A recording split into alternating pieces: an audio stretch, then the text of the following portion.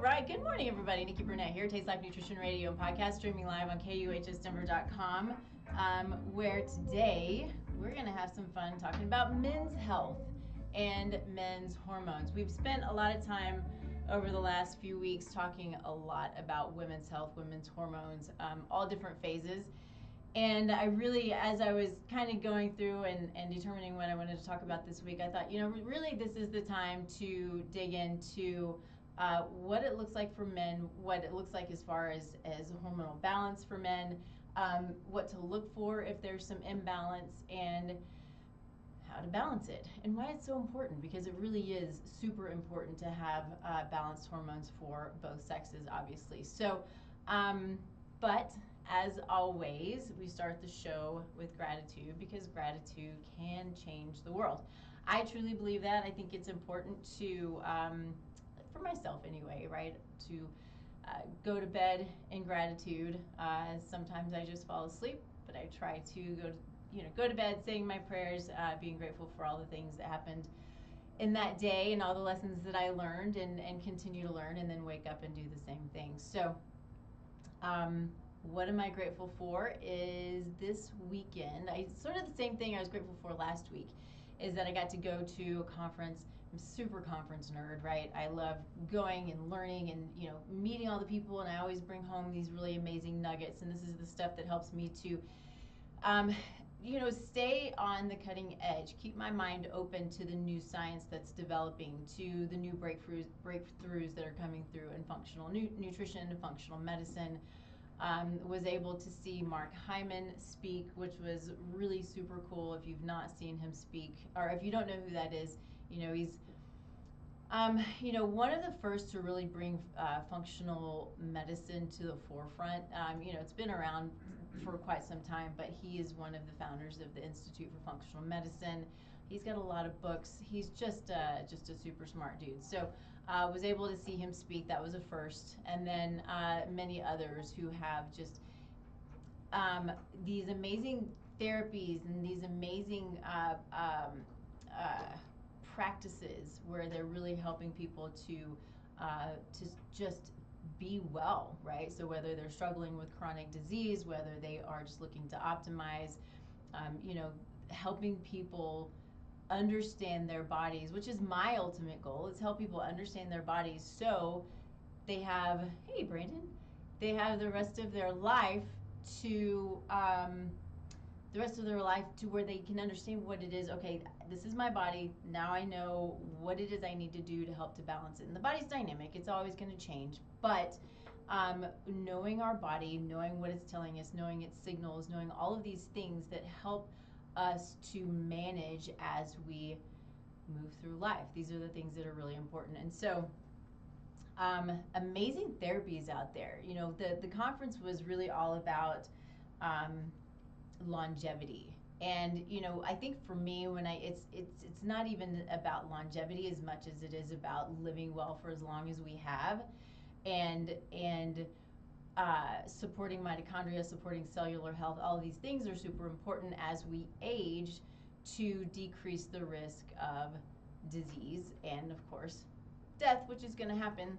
It's always going to happen, but that's okay. We want to live well as long as we're here. We want to make sure that we're walking and thinking and able to speak and do and serve while we are here for as long as we're here. So anyway, that's what I'm grateful for. It was a really great conference, lots of good stuff. We'll probably do some shows regarding some of the things that I learned. So, but for this, male hormones are such an important part also to longevity, or to anti-aging, or to aging well.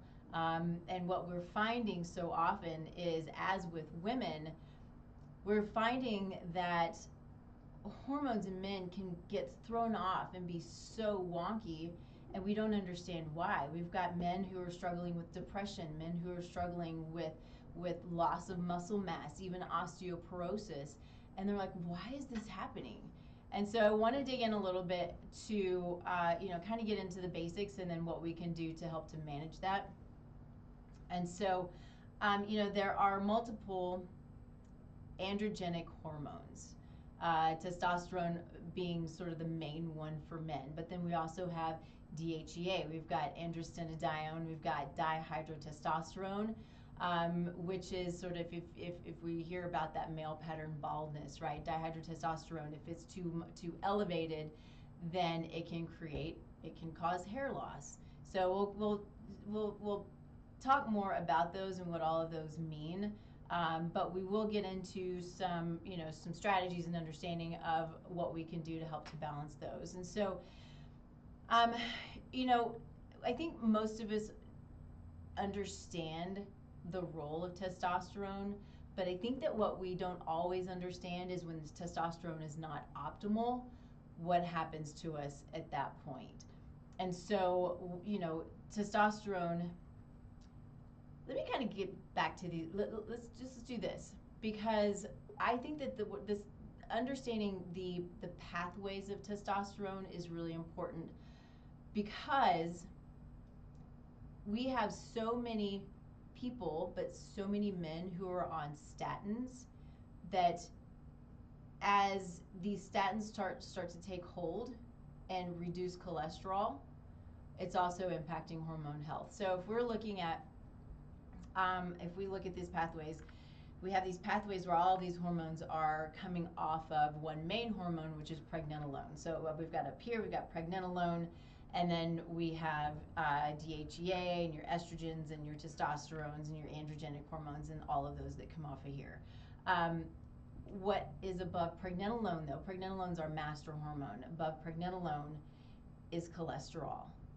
And so we have to keep in mind that if we're impacting cholesterol, and cholesterol can be impacted by statins, it can be impacted by unhealthy fats, by high sugar intake, by stress, all of these things can impact it. But if we're taking a statin that's inhibiting cholesterol production, then what we're doing is we're inhibiting all of these steroid hormones down the line.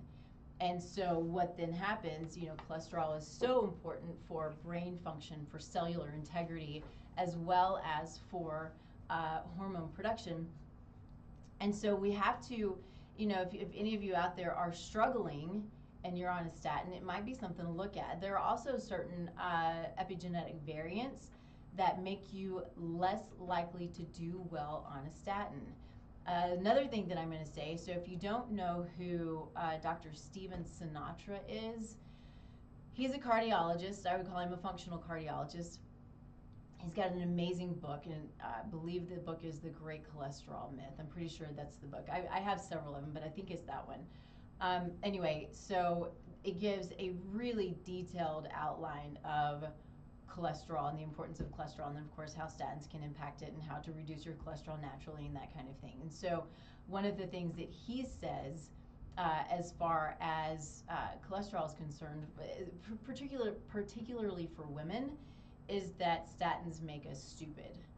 For men, though, what he says, and this is his data, what he says is there is potentially a place for statins, but that usually is when a man has already had an event. So it's not really a good idea for women, but for men, if they have already had some kind of event, cardiovascular event, then statins may be necessary. So it's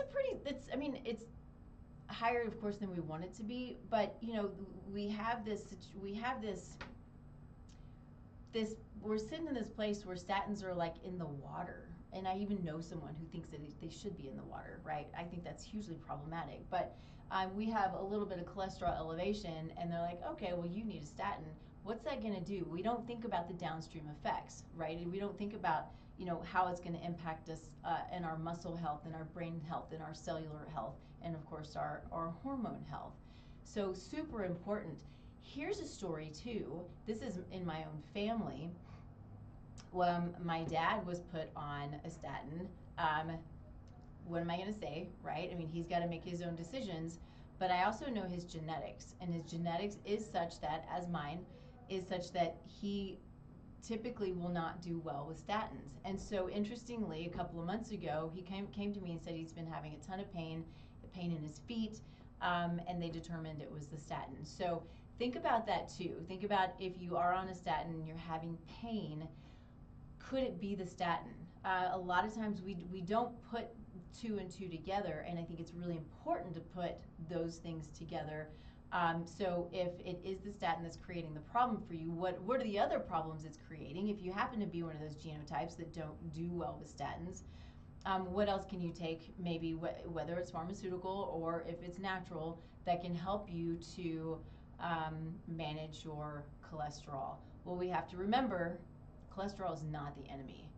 Cholesterol is natural. It's produced by the liver. We're supposed to have it.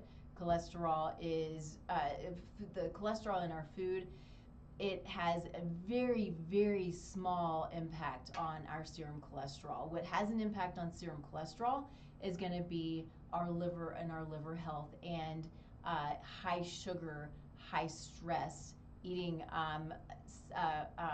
fats that are like our processed fats, margarines and, these really unhealthy oxidized fats, canola oil, which is all over the place. When we're told to eat a healthy fat, people say, oh yeah, eat canola oil. This is conventional medicine. We're like, it's so inflammatory. It's so highly processed and so inflammatory. It's terrible stuff. So stay away from canola oil, vegetable oil, corn oil, cottonseed oil. All of those things are super inflammatory.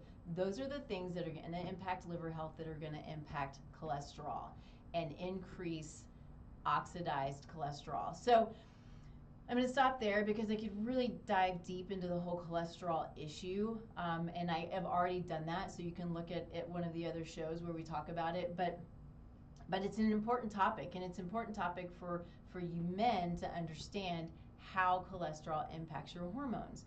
So keep that in mind, and let's see, what else do we want to talk about? So I think let's go ahead and move into what we see more often than we should is what we call andropause, right? So I've been talking a lot about women in menopause, but men can go through hormonal changes as well. Is it natural? I don't think so. I mean, not really. And I say that because really andropause is a drop in testosterone, which usually happens due to unhealthy lifestyle. It's just what it is. And so yeah, if you've had a life that's been, pretty unhealthy, with lots of unhealthy food and lots of alcohol and lots of sugar and lots of high carbohydrate and not enough protein and not enough movement and not enough sleep, not enough stress mitigation, right? Then your testosterone is going to drop, and what's going to happen when you move into andropause, we have what we often see as that belly, right? So we have this belly, and it's got this adipose, this visceral adipose tissue that is really, really inflammatory and problematic. And so that also increases estrogen. So we have these fat cells that we, at one time just thought, well, fat's fat, it doesn't do anything, it's just there. Well, they're very biologically active, and they act kind of like an endocrine system to a degree, but they will produce estrogen. So the more adipose tissue that we have, the more, especially that visceral tissue, the more estrogen we're going to have. Now, what happens also is, and we talked a little bit about this last week, but we have an enzyme called aromatase. What happens when we have an unhealthy lifestyle and all of the high carbohydrates and all the things that I just said, is the aromatase enzyme is more active than it should be. And so what it does is it takes testosterone and aromatizes it, or converts it to estrogen. And so what we see very often is men going through or struggling with this andropause, and they're depressed and they're not building muscle, and again, going back to all of these things that I've already said, and then they go in to get testosterone injections, and what does it do? It doesn't increase their testosterone, it increases their estrogen. So it's this fascinating conversion that happens, but it's not supposed to happen. And so if it is happening, that's why if you are on testosterone replacement therapy, it's not working, or even before you even go in to get testosterone replacement therapy, and I'm not saying it's a bad idea, but you got to test all your hormones. you got to know where your estradiol is. You got to know, where your other androgenic hormones are. You have to understand what's going on, and if you're being impacted by xenoestrogens. And so, xenoestrogens, if you don't know this already, so they're essentially they're synthetic estrogens. They are estrogens that are created by pesticides, herbicides, toxins in the environment. What are the toxins that we're using on our skin? Cologne, lotion, hair, shampoo, conditioner. What we're cleaning our clothes with, right? And so it's not everything, but it's most things. It's most of the conventional stuff that we have in our at the regular grocery store and that kind of thing. They're full of xenoestrogens, and what they do is they're these the body sees them as estrogens, and they bind really, really tightly to estrogen receptor sites, and doesn't allow our own natural estrogen to do its job. So this can be super problematic with women, where elevated estrogens can create lots and lots of PMS and PMDD and all kinds of stuff, right? But the same with men, right? So too much estrogen and on top of aromatizing testosterone, no wonder we have this place where we have depression and what is it, what's the commercial that I see all the time, the HIMS, where HIMS, right? So where all you have to do is call them and they'll give you your testosterone, or they'll give you your antidepressant meds. Why don't we find out why? Right? Why don't we find out what's going on before we just go and give people a bunch of meds, especially just over the phone, which can create even more problems, right? These things aren't the answer. They can help in the short term potentially, but for the long term, we need to understand the why behind it. Is it always testosterone? No, but I think there are a lot of cases where it is. And so understanding that, well, I guess what I was going to say is, what if you don't even need testosterone replacement therapy? What if you have the ability to control all of these areas of life, and then you start to create and produce your own natural, innate testosterone? This is the goal. Now, if you still can't get it up where you want it to be, or you still need a little help, then you look at it. You look at maybe doing some HRT, but you gotta look at your estrogen. You gotta look at all of them. You gotta look at your detoxification, right? So we can also have SNPs, or epigenetic variants, that inhibit detox, or inhibit proper detox, and there are lots and lots of SNPs that are involved in detoxification, but some of them can impact hormone detoxification, and so in women and in men again, and if we're not detoxifying our estrogen well or properly or enough, and it just builds, then it's just going to continue to create problems. So understanding as much as you can about that is really key, and then you can start to make decisions on where you need to go with therapy or with lifestyle modifications, right? So we have other androgenic hormones that play a big role for both men and women, but men specifically. We look at DHEA, which is a precursor to testosterone. It's really important, and we can measure it in lab work. And what we find a lot of times, if DHEA is low, we've got fatigue and depression, kind of the same thing, because it is that precursor to testosterone. And so it's produced by the adrenal glands, and as we age, it does tend to decrease. But what if we can optimize it? We can optimize it. So then we have androstenedione. It is another precursor to testosterone and to estrogen, and super important to hormones. And remember this too. I know I said this the last several weeks, but remember what hormones are. Hormones are communicators. They are what tell the body, it's not the only thing, but in large part, what it's supposed to be doing. So we have our whole endocrine system, our pituitary, our thyroid, our adrenals, our testes, our ovaries, all of these things are communicators, and tells the rest of the body what to do. So if the hormones are not functioning properly, then their communication is not as it should be.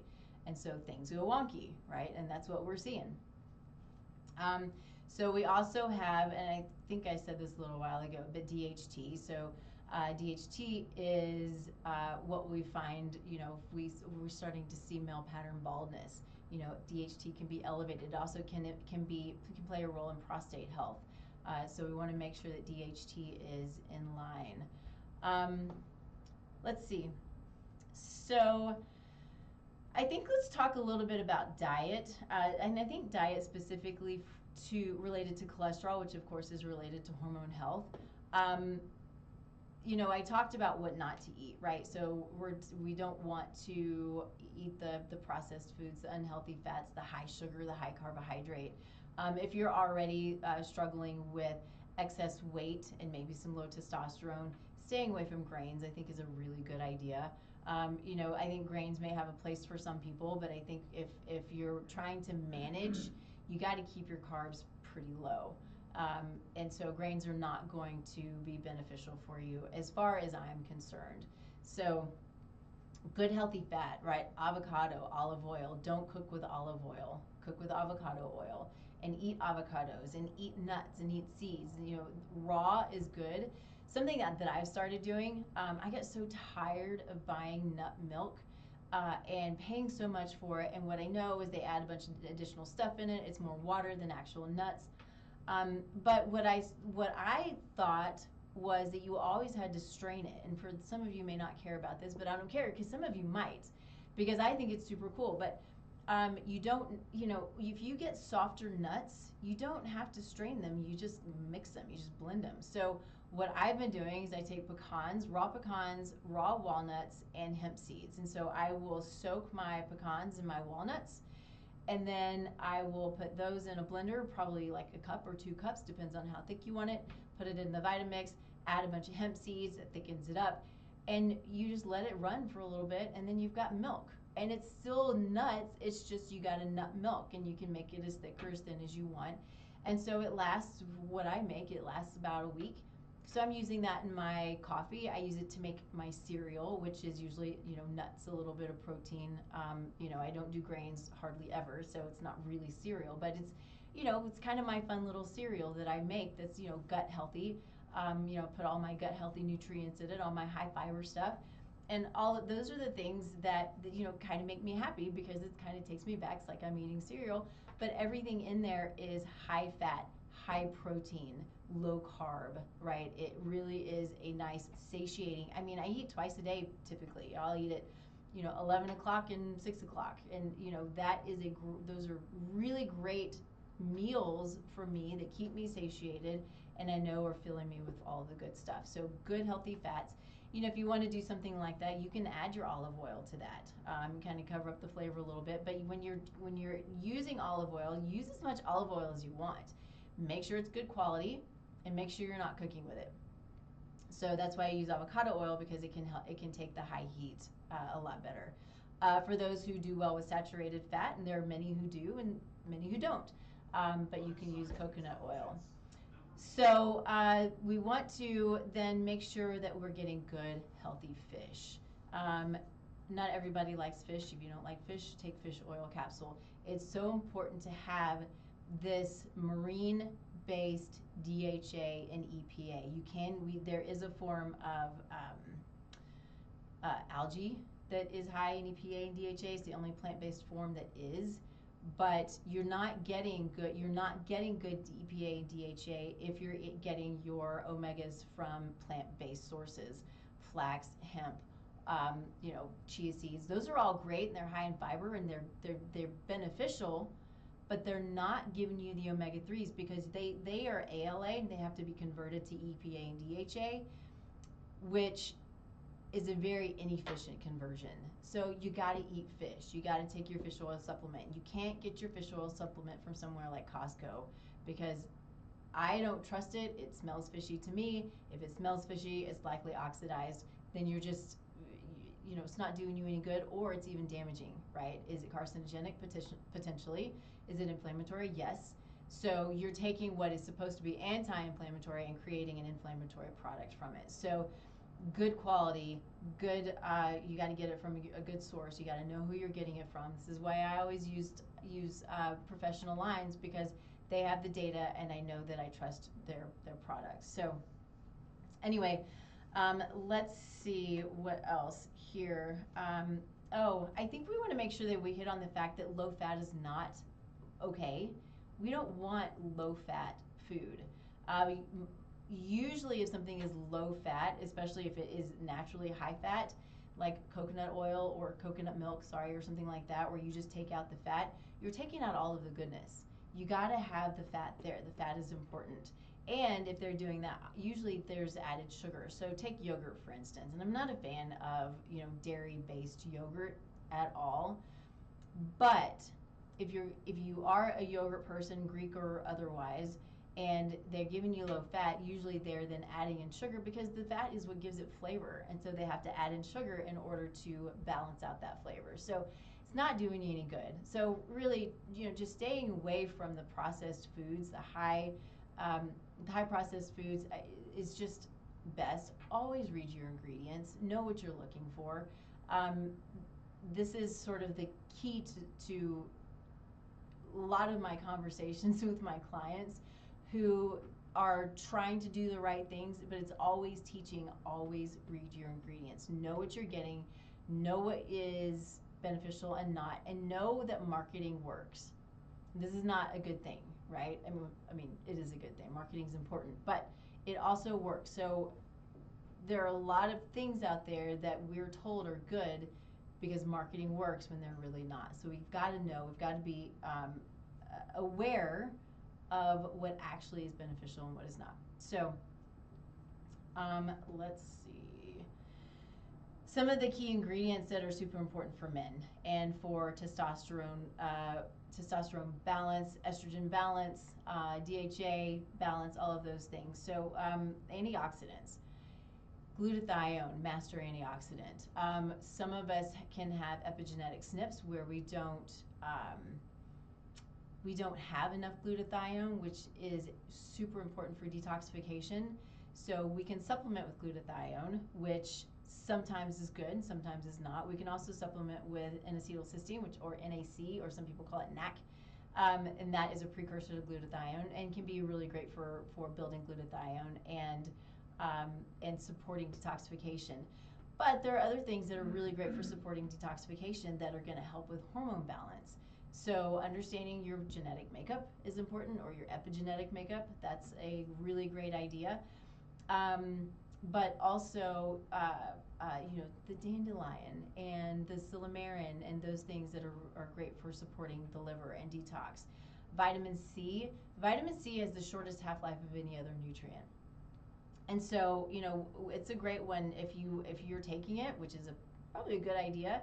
Take it throughout the day, so you're keeping pretty consistent levels throughout the day, and taking a good form it's going to be beneficial for you. Selenium.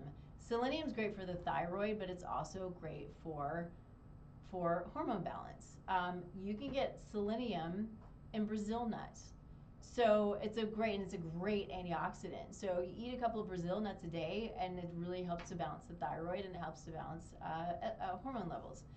CoQ10. CoQ10 is such an important antioxidant. So we hear typically about CoQ10 with cardiovascular health, which, yes, is key.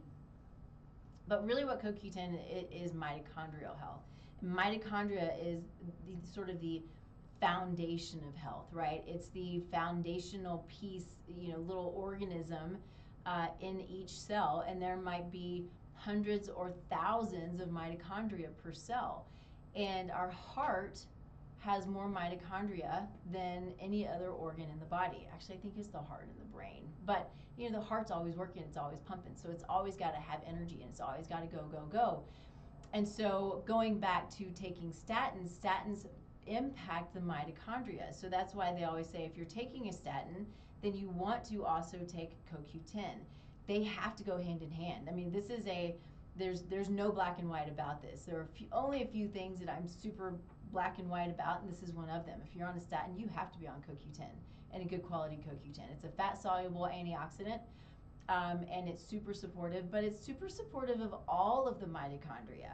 I take CoQ10 on a regular basis. I take it for my brain health, but I also take it for all of my mitochondria. I also know that I have cardiovascular disease in my family. So I do lots of things to try to mitigate, which is the amazing thing about, doing our labs and understanding our history and looking at our genetics, is we can mitigate what could happen.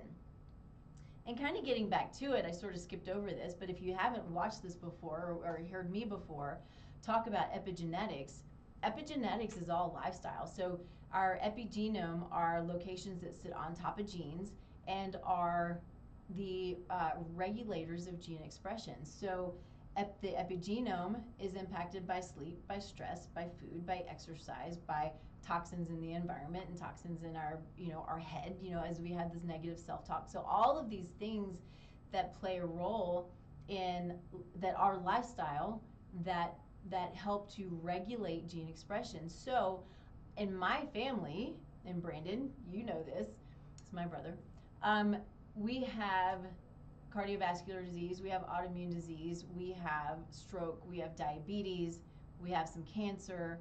So this is where, where it's fun for me, because I take all of this information and I put it into, I put it all together. So I do this for myself, I do this for my clients, but you put it all together, so then you start to say, okay, these are the things that are going on. These are what your labs say. This is what your current lifestyle is. This is your history. Let's put it all together so we can create a plan for moving forward, so we can mitigate what our history is. Just because there's diabetes in my family doesn't mean I have to be diabetic.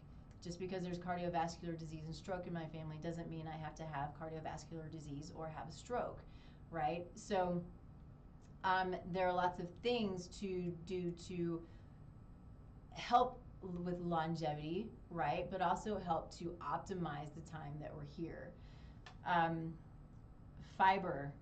So I was talking about this a little while ago. A couple of things that I have sort of, I experiment on everything all the time. It's kind of what's fun about it. But I was purchasing a fiber supplement, which a lot of people do, especially if you're not regular, right? There's a problem with that, but fiber helps to pull out estrogens. It helps to, it helps to keep a gut healthy. It helps to feed our microbiome. It does all of these amazing things, but you want to have good, healthy fiber, and it can help balance weight, manage weight and that kind of thing. So I finally was looking at the ingredients of this fiber supplement. It's just a powder that I was taking. I thought, why the hell am I buying this when I can make it? So that's what I started doing, and it's amazing. It's really great stuff. I can feel the difference. It's pretty fascinating, actually. But all of these different things that I know are beneficial for me, some of these things that I put in, one of those things, green banana flour, for some people can create bloating. But green banana flour supports our short chain fatty acids, which supports our microbiome, right? I ground up flaxseed. So I buy whole flaxseed and I grind it periodically. So I make enough that lasts a couple of weeks, and that's it, because I don't want the oil in the seeds to oxidize. So, there's flax, there's psyllium husk, there's chia seeds, there's green banana flour. I put in some marshmallow root, right? It's an herb. It's great for the GI. So all of these different things that you can do that that are inexpensive, and I add it to my cereal that's not really cereal, right? And that's what I eat. And it's great, and it feels good, and I love it. So just because, we don't have to always go buy all of these different supplements. I think that they have their place without a doubt. But just eat food, right? We have great food, and some of these things we can just eat on a regular basis, and it's better than anything else, and it's better than spending money on a supplement. Okay. So, we can't not talk about exercise. Exercise promotes testosterone. Heavy weighted exercise promotes testosterone. And so we have to move, we have to lift weights, we have to, cardio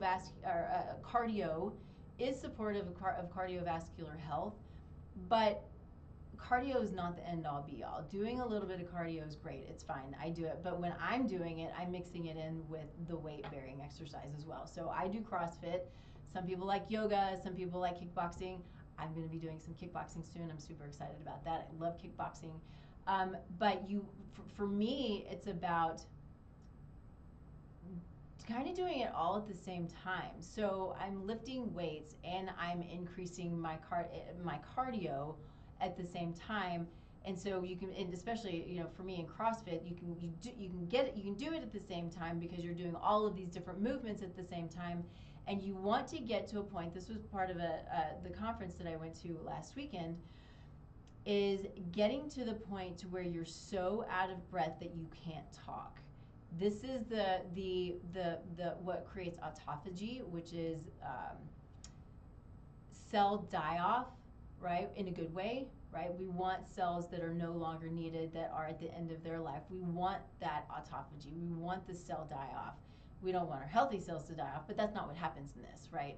So we want to clear out the toxins, and we want to clear out the dead cells and the debris and the stuff that gets built up. And that's what exercise to the point of not being able to talk for a period of time, whether it's a minute to 4 minutes, give or take. This is what can really help us to create, to build cellular health. And so it's the weight bearing exercise, really getting as heavy as you can. That's the stuff that's going to help to build testosterone. And I'm going to say this for women too. Women are taking testosterone supplements all the time. Or I say supplements, whether it's the lotion or the pellets or the injections, right? We're doing this testosterone replacement therapy.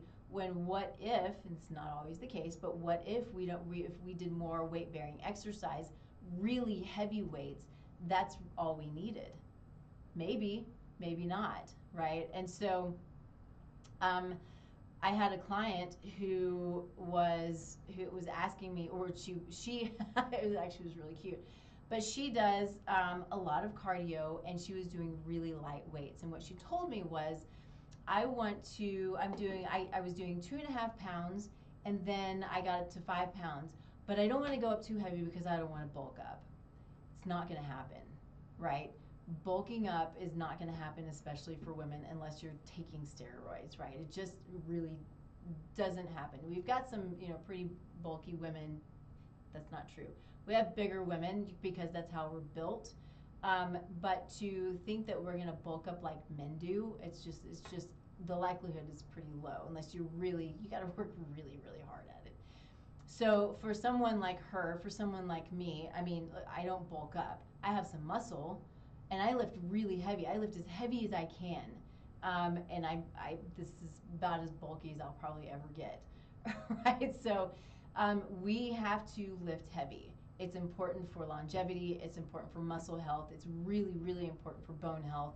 We have to lift heavy. So don't be afraid of that. If you're a woman out there listening to this, get out there and do what you can to lift as heavy as you can.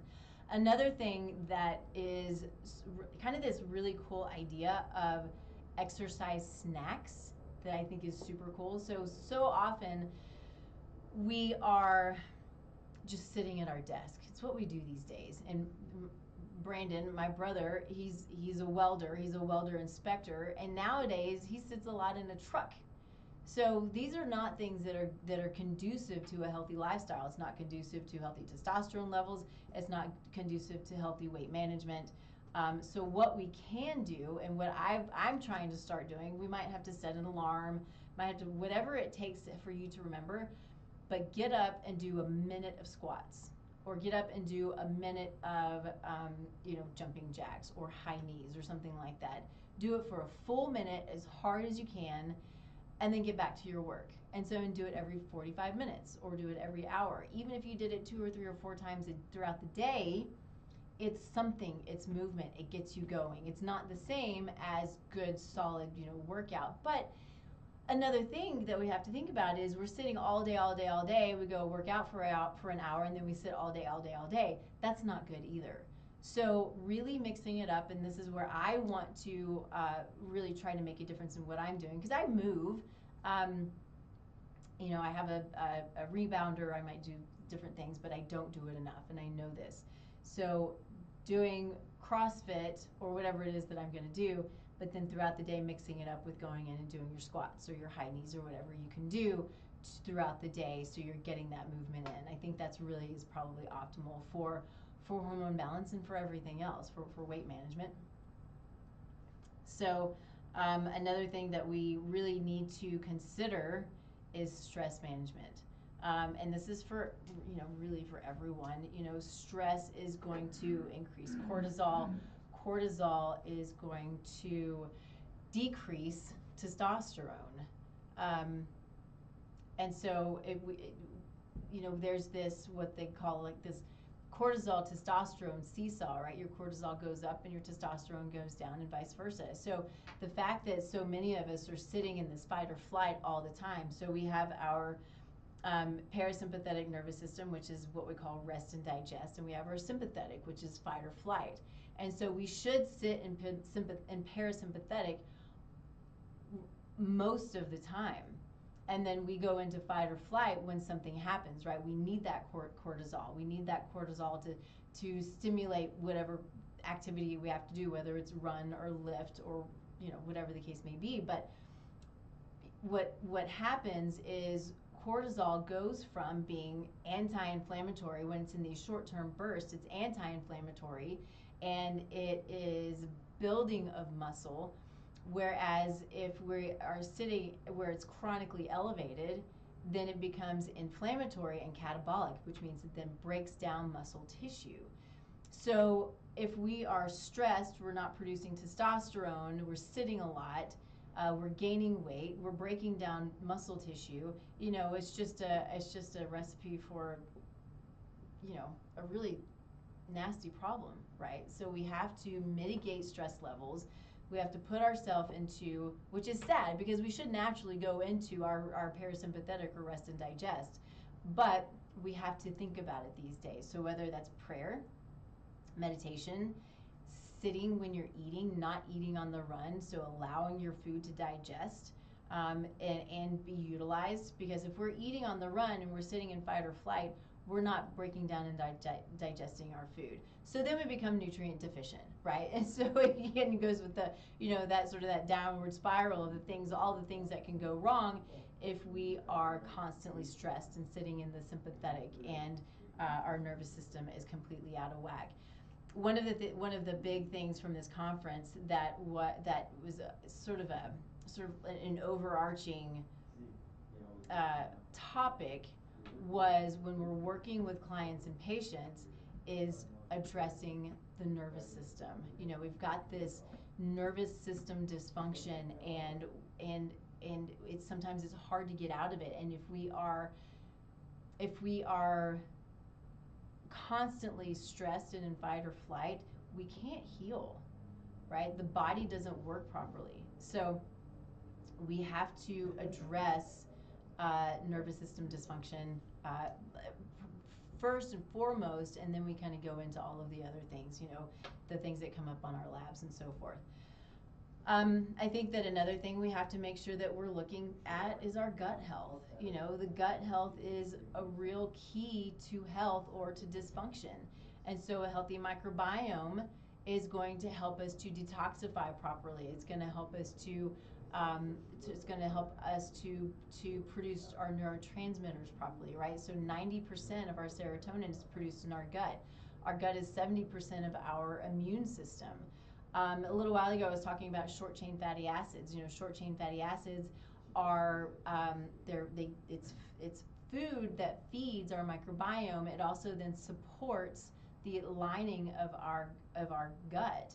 And so if our short-chain fatty acids are low, then it's going to impact our gut, it's going to impact our microbiome, and it's going to impact our health.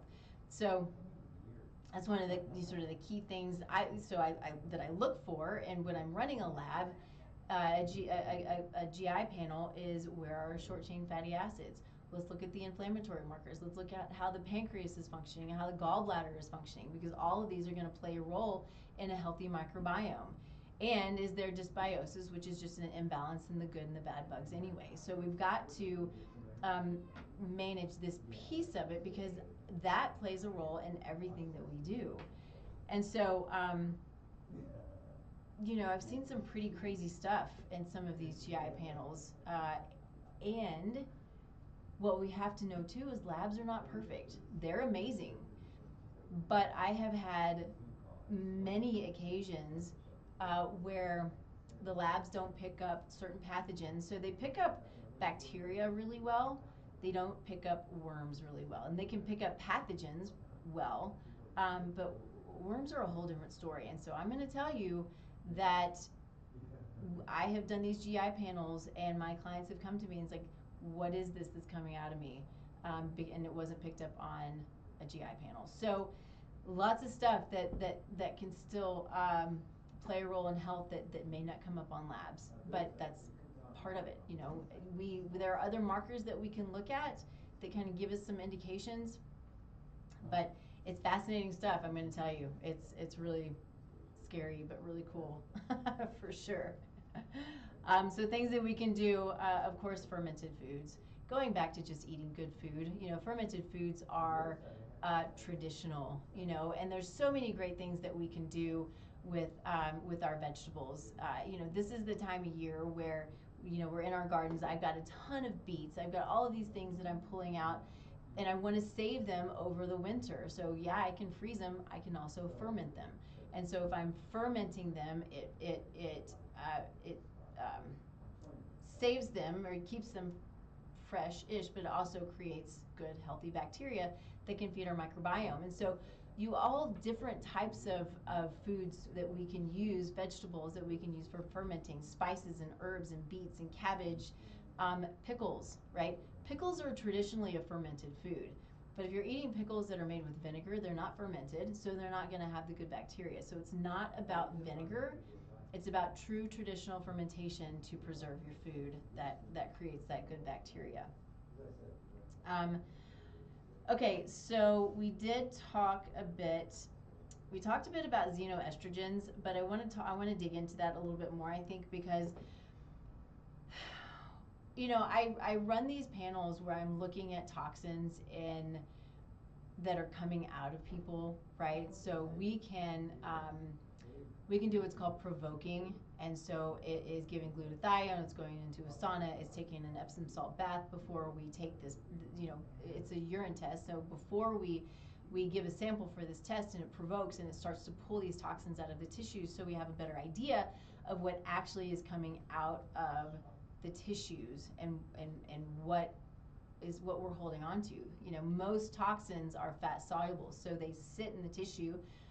And if we're not detoxifying properly, which means we're not converting from a fat soluble toxin to a water soluble toxin, we're not eliminating it. So this is the role of the liver in part, right? But we have to make sure that it's all functioning properly, so it's converted and then it's eliminated. It often's not happening, but the things that are coming out of people are these plastics, the heavy metals, the mercury. People are eliminating mold. I mean, the amount of mold that I'm seeing in people these days is ridiculous, and it's really scary, because we live in a place that we think is dry, but people are still impacted by mold, right? We might have a leak in the house. So I have a client right now. She thinks, not we, but after kind of going through and doing her panels, and she's still sick, and she's been working on this stuff for so long, and she's still not feeling well. Well, we did what we call a total tox on her, and her mold was sky high, like it was crazy high, and she couldn't figure it out. And her home was new, and so you can get these little petri dishes where you can test your mold all around your home. Well, she goes to church once a week, and what she started to realize was every time she leaves church, she feels bad. Heartbreaking, right? I mean, church is a big part of her life. It's a big part of a lot of people's lives. And so going to church, she would have to sometimes leave because the sanctuary, they think, is moldy. So that's a whole process that we're just sort of, right in the middle right now. But we have, we're peeling away the layers of the onion. And had we not done the testing and we not looked at what's going on with her, her oxidative stress levels were also sky high. You know, her age, which is not a real age, but it's showing she's like 99 because she's got so much insult impacting her body that it's just really creating, it's just a lot of stress for her, a lot of stress. And so now what are they going to do? They have to figure out whether it's another church or watching online, or, you know, is the church going to mitigate? I think we're still there. It's still a couple of weeks out before it's for sure if that's what the cause is, but we have to really think about it. You know, I've had people who would tell me, well, it's not my house. Well, it ends up being the school that they were working in or the office building that they were working in, right? It can be anywhere. I have someone who lives in California. I mean, this just happened a couple of days ago, where he's getting constant sinus infections and pneumonia and was hospitalized, and they couldn't figure out why and what was going on.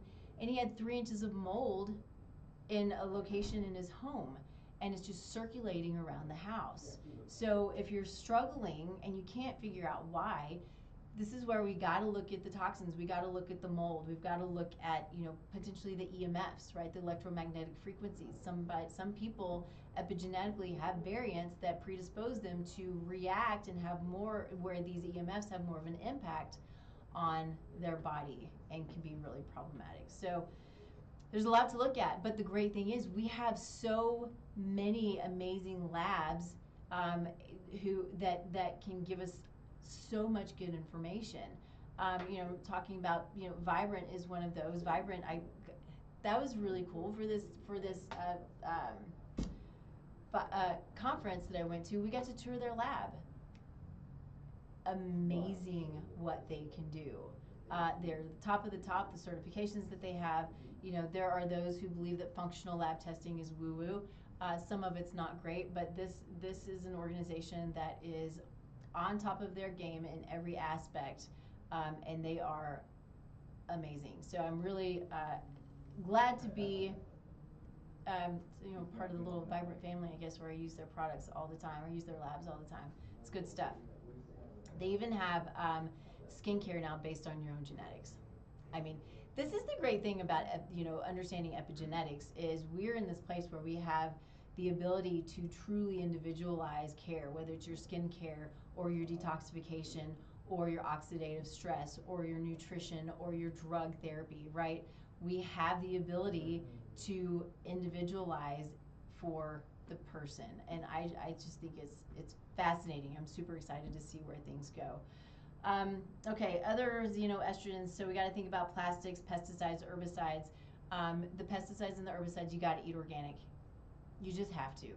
This is, we eat every day, and to not eat organic or even, I don't care if it's certified organic, that makes no difference to me, but just free from the pesticides and the herbicides, it's so important. So know your farmers. If they're growing organically, again, don't care if it's certified, if you can grow your own food, but you gotta eat food that's free of the pesticides and the herbicides as much as possible, because it is such a big deal.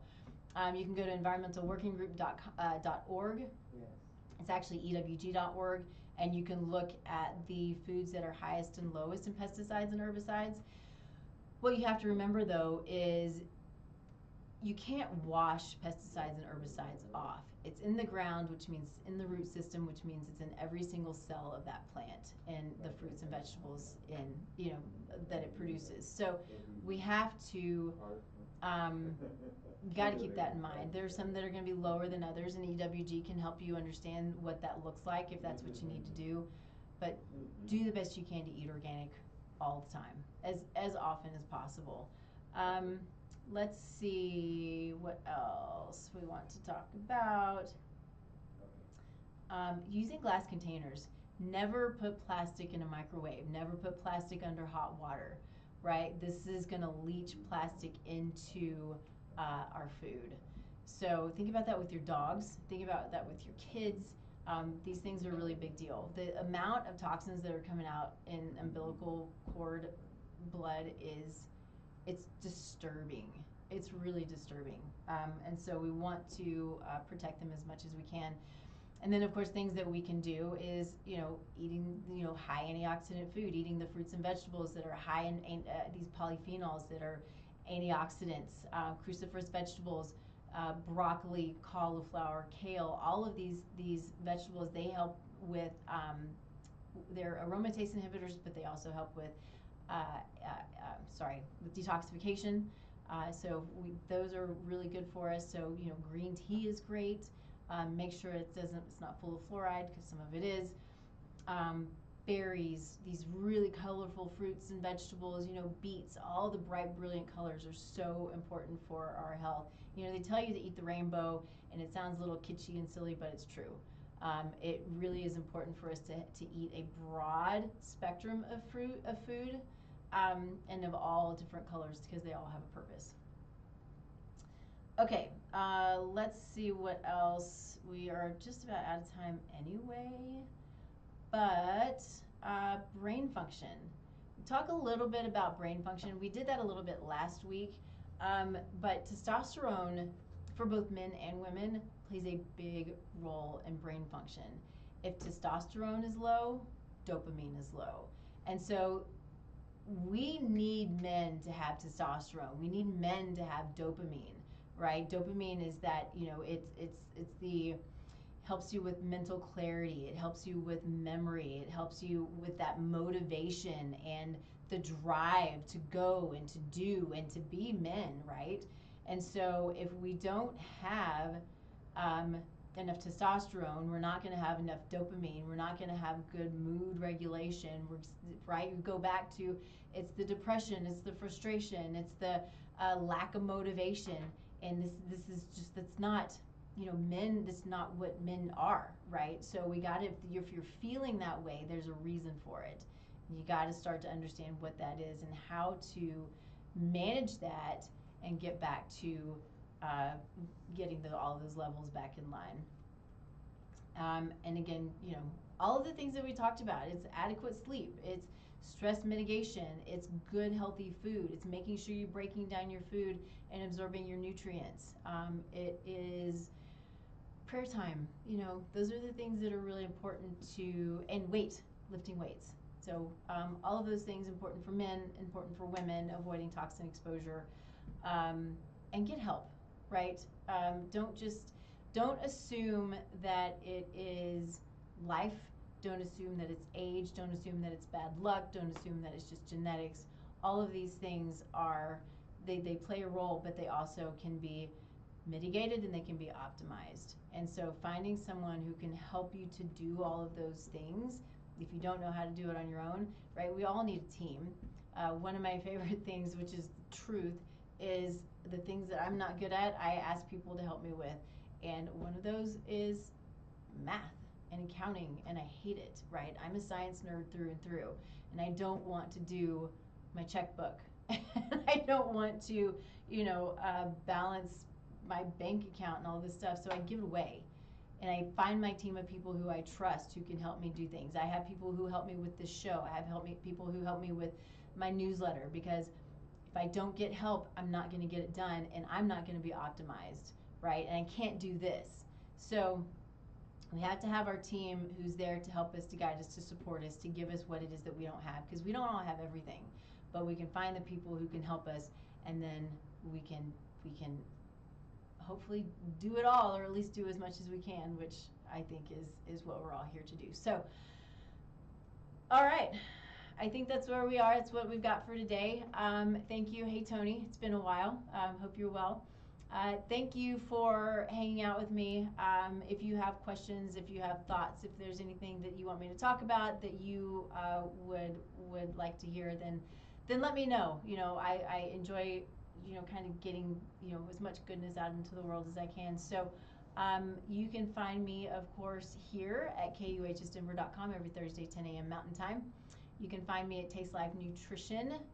That's the website. That is the all of the social media. You can also now find me at Immuno Wellness, which is our new wellness clinic in Cherry Creek here in Colorado, where we're doing both in-person as well as virtual sessions.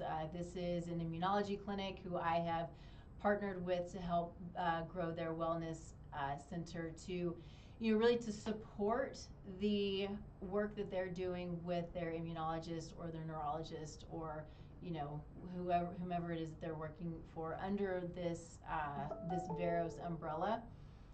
But it is supporting them in the lifestyle changes and the lifestyle modifications and all of these things. So the goal is, of course, to help people come off of the drugs, to feel better, to know what it is they can do on a daily basis when they're not able to see their doctor more than maybe 3 months at a time or something like that, or 3 months in between. So this is really where I talk a lot about the conventional and the functional or the foundational, whatever you want to call it, coming together. I think it's really important. Conventional medicine's great at acute care, whereas functional medicine, functional nutrition, I truly believe is better at chronic care. And when you can bring those two things together, this is where we can really start to help people. Drugs have their place, but they're way overused. So what can we do to manage symptoms for today, and then address lifestyle, address food, address all of these things that are the underlying factors, so then the body can do what it's supposed to do, what it's meant to do. It can do its job. This is what's really important. So anyway, this partnership is amazing, and I've got a partnership like this in a couple of different places. So it's really fun to be able to bring the two together and to help people to be their best. So I hope you all have a wonderful day, have a wonderful weekend, and we will catch you next week, 10 a.m. Mountain Time, streaming live here on KUHSdenver.com. See you later. Bye.